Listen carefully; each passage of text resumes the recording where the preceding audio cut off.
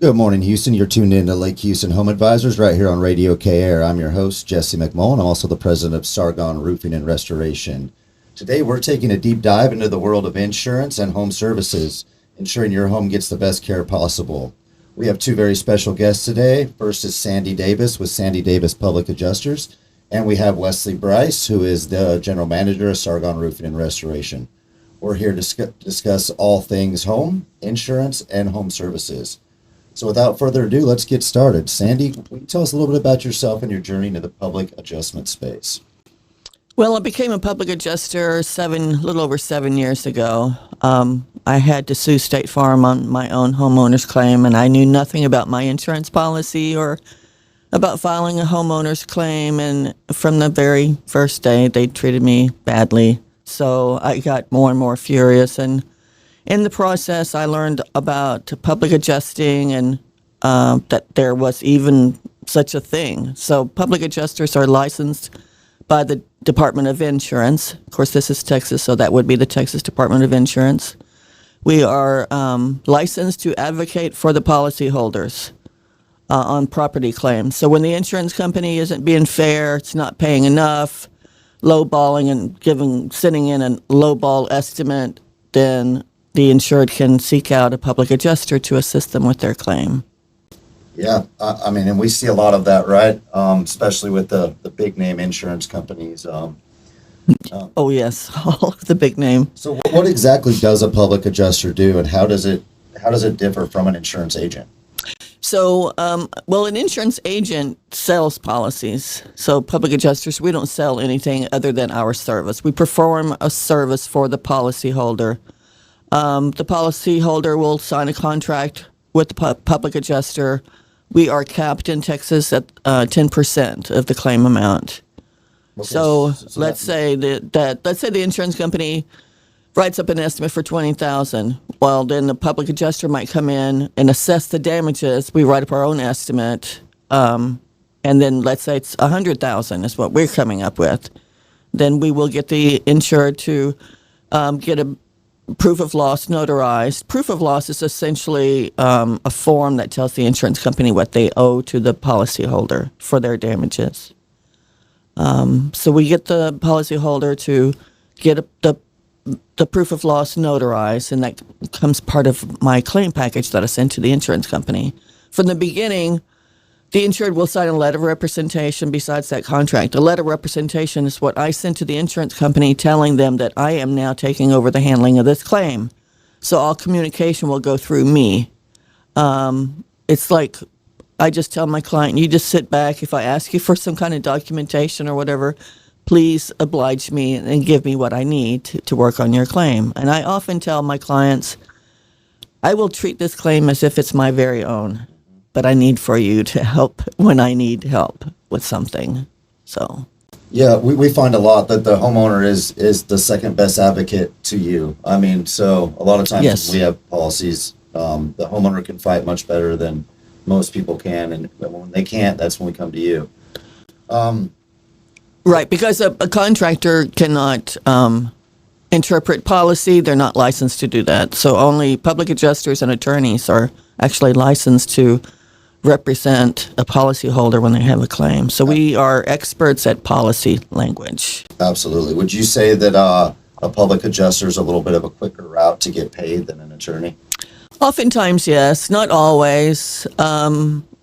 Of course, each claim is different. I treat each claim as if it's different. Although my process is pretty much the same each time, there's still things that are going to make it one claim different from another.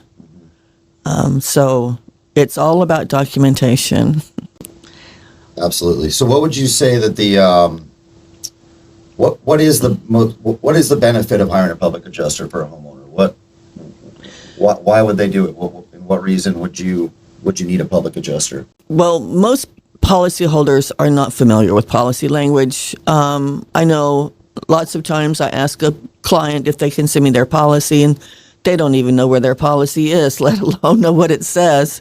So I'm the person who can look at the policy, and I can determine what the coverages are, and of course, if it's a legitimate claim, it has to be a legitimate claim. Otherwise, I'm not going to take one on. Occasionally, you get one that's kind of frivolous, or they think that this is what caused this damage, but I can tell that that's not the case. So it's all about. It's a public adjuster. You have to stay educated. Because legislators change rules and laws, and you have to keep up with it. Policies change. The policies that the insurance carriers are putting out now are getting more and more with endorsements, such as the roof payment schedule, where the insurance company will only pay a certain percentage of the roofing materials based on how old the roof is. That's interesting. So that's called ACV, actual cash value, which is a type of policy. You want RCV, recoverable, or RCV is replacement cost value. That's what you want your policy to be on all items.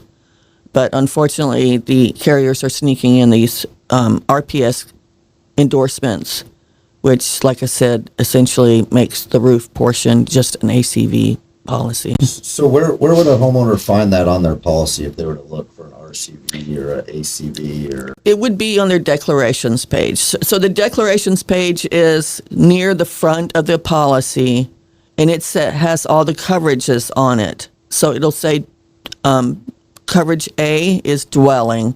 So that's the main structure of the house. It'll have what your coverage limits are on the dwelling, the coverage limits on other structures. Other structures can be a workshop in the backyard, or maybe your garage if it's not attached to the main dwelling. That's other structure. Then you have personal property, and then you have additional living expenses.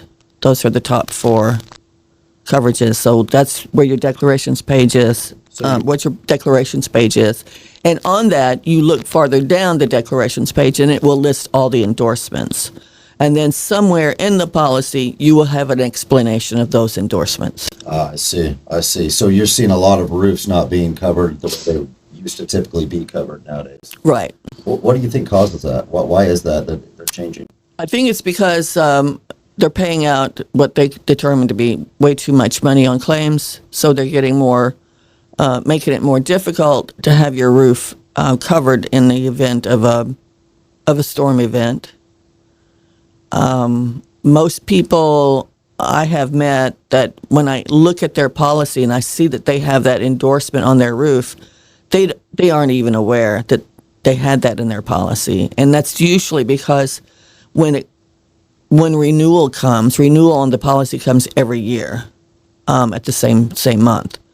And the insurance company or the agent will send a notice. It's a renewal notice. Most people don't look at the renewal notice other than to see how much their premium went up. Mm-hmm. And all of our premiums are going up because we're having more and more natural catastrophic events. And the insurance companies are in business to make money. So, you can't really blame them that much, but they're crossing the line into really poor claims handling practices. Most of them are.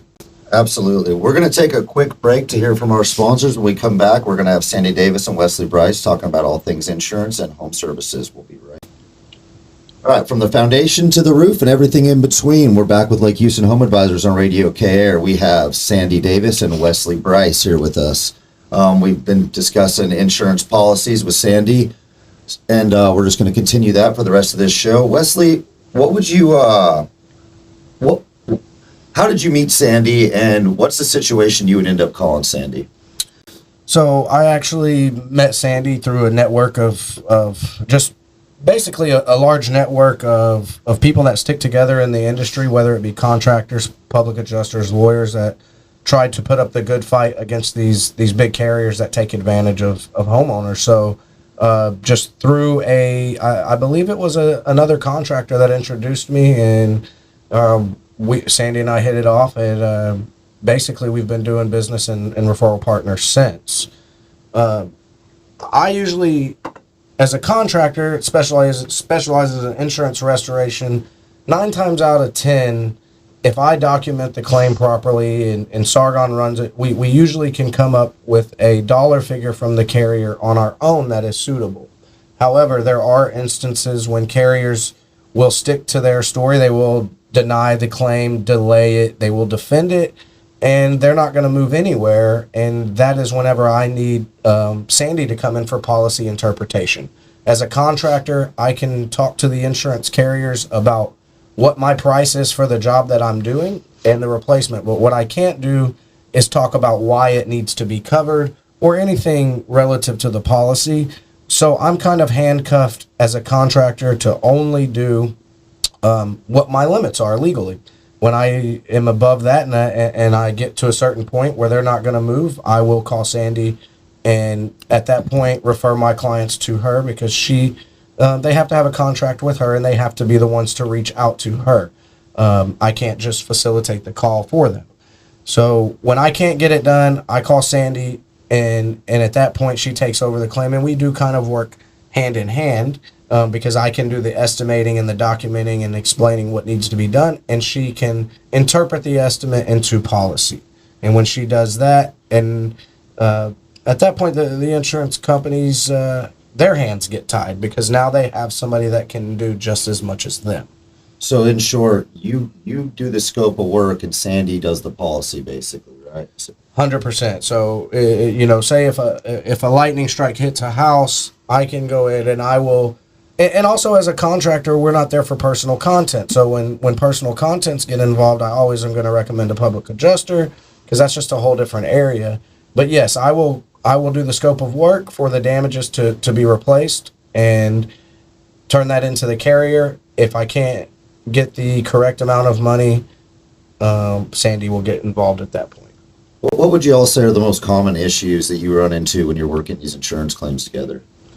My most common issue is trust from homeowners, because the insurance companies kind of brainwash everybody, in my opinion, and to almost, a lot. The industry is somewhat changing and people are starting to see the bad sides of the insurance carriers, but getting a homeowner to trust someone with their entire claim is my hardest part, and getting them to do their part, because at the end of the day, some of these companies like Allstate and State Farm, Sandy can't get it done on her own, I can't get it done on my own, and the insurance surely can't. So it actually does take, more often than not, a combination of everybody teaming up to combat and get a just outcome and insured properly, indemnified on a claim.